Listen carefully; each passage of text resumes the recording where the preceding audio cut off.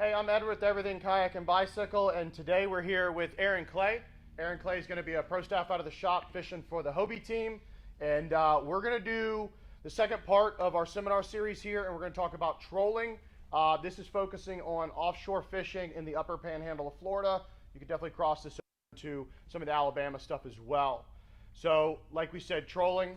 And so, Aaron, if we're going out, we're pushing, and we made our bait. That's what our first section was about.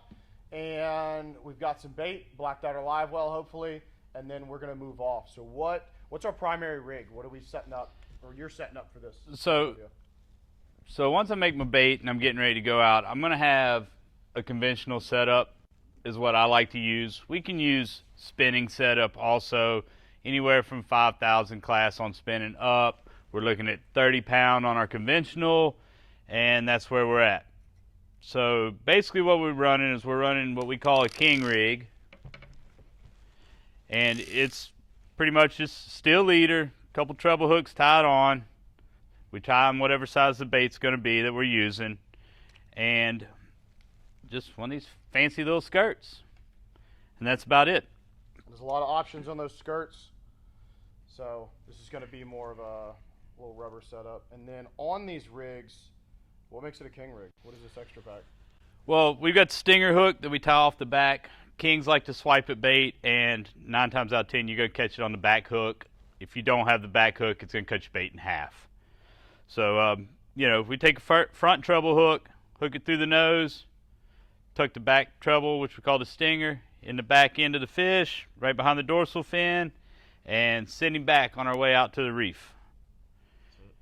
We get... A lot of times we'll get lucky, we'll catch cobia on these things, sailfish will hit them. I mean, it's a great rig for going out to the reef before you start bottom fishing. Yeah, we're targeting mackerel, so king mackerel, Spanish mackerel. King mackerel, Spanish mackerel, cobia, mahi, I mean, Bobos.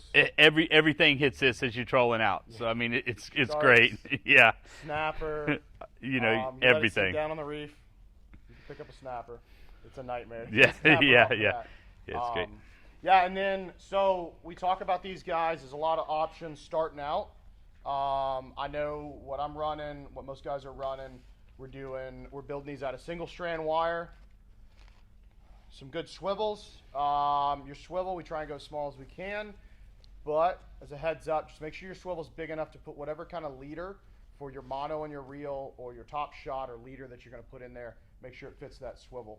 And then, name of the game in treble hooks are number 4s. Experiment. There's a lot of other options, but I'll tell you, even your pre-built commercial stuff, a lot of that's going to be a number 4 treble. And then you got to build them. Your packaging on your wire shows what's called a haywire twist. It makes a lot of sense on here, and then we get our hands on the wire, and it's a lot.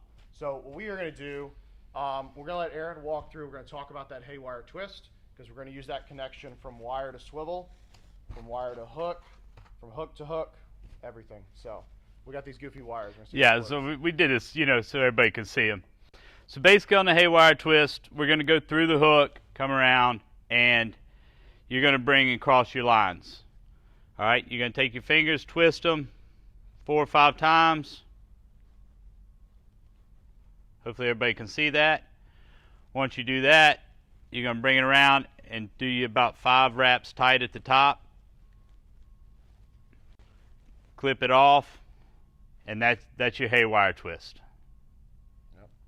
And you'll do enough of those at it. Yeah. I normally make between 5 and 10 to take out on a trip. Yeah. These wires, once the king hits them, you catch a fish on them, they kink, whatever. Normally just cut them off, tie on a new one. Yep. They're one-hit wonder rigs. But what I'll tell you, what I do a lot of times, I keep a bag. When I cut them off, I stack them in. When I get home, I rinse everything off, and then I'll be honest with you, I'm generally not saving hooks, and I'm not usually saving swivels. But if the skirt's in a good condition, I'm gonna pop it off. You got any beads on there? If you're running lead for them, like I said, there's 10,000 different ways to do them. I'll clean them off, cut them off, and reuse stuff like the skirts, a little more cost effective. And then, man, that's it. And then we're putting that out behind the kayak. Everybody has their own preference. What do you usually, distance-wise off the boat? I know it's a touchy run. I mean, I'll run 2 if I'm trolling. If the bite's slow, I'll run one short. You've got different options. You can put some down deeper with the small egg sinker on your leader. There's so many different options. Another thing I like doing is running stuff like this. A diving plug. It's about a 15-foot diving plug, and I really have a lot of success with these. They're a lot of fun. Yeah, so a lot of times what I'll do is I'll throw out a stinger rig and a diver. On our stinger rigs, also, we caught live bait. We talked about that. Putting that second hook. We use dead bait as well. Yes. And it doesn't have to be, we'll catch everything from, blue runners. We don't get a lot of rainbow runners there in the shallow. Yeah. I'm sure it could happen. I've caught little bonita. They don't last long, but they're worth a shot. Cigar minnows are pretty popular on it, but dead. You got dead cigar minnows, frozen cigar minnows. Man, let them thaw a little bit, give them a little wiggle. Slam them on there and go, so you don't have to have live bait on the trolling rigs. Again, on the are really good if bait's scarce and you want to save that live bait for the reef.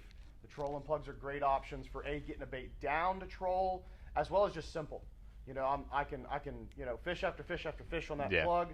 Now, do you put wire on the front of your plugs? It's a matter of preference. Yeah. Yeah. It really depends. I've tied them,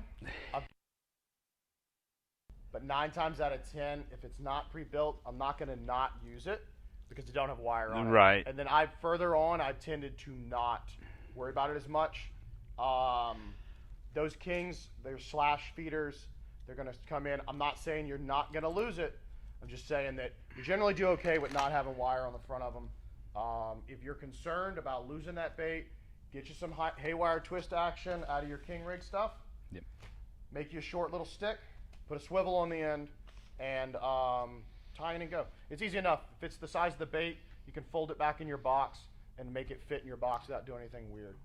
Yeah, like I said, if I'm pre-rigging them ready to go, yeah, I'll tie a small piece of leader on it. But normally I just take them out of the tackle box, cut the king rig off, tie them on, cut the bottom rig off, whatever, and I just throw them out quick, fast, in a hurry. Yeah, and that's like you talk about cutting rigs off and stuff like that. Most of the time, if I'm trolling out with 2 setups, one of those setups has something else to do when we get to a reef. Exactly. So don't worry about dedicated. If you're just running one setup, you've got that 5,000 to 6,000 class spinning, and you're trolling it out. You get to the reef. I really don't want to fish a reef with you with 50 yards of line hanging off the back. Reel it up, cut it off, fish the reef. When you go to really clear bound, you headed back in, you want to go try some other numbers at the other end or something, tie back on. Keep it nice, tie it on, troll it through. Double duty some of these rods and reels. It's more cost effective. You don't have to get so deep in if you're wanting to get into it and learn it. So other than that, man, that's it's a whole nother battle once you get that king to the boat. So that's a whole nother video. It is. Yeah, it is. It's a lot of fun.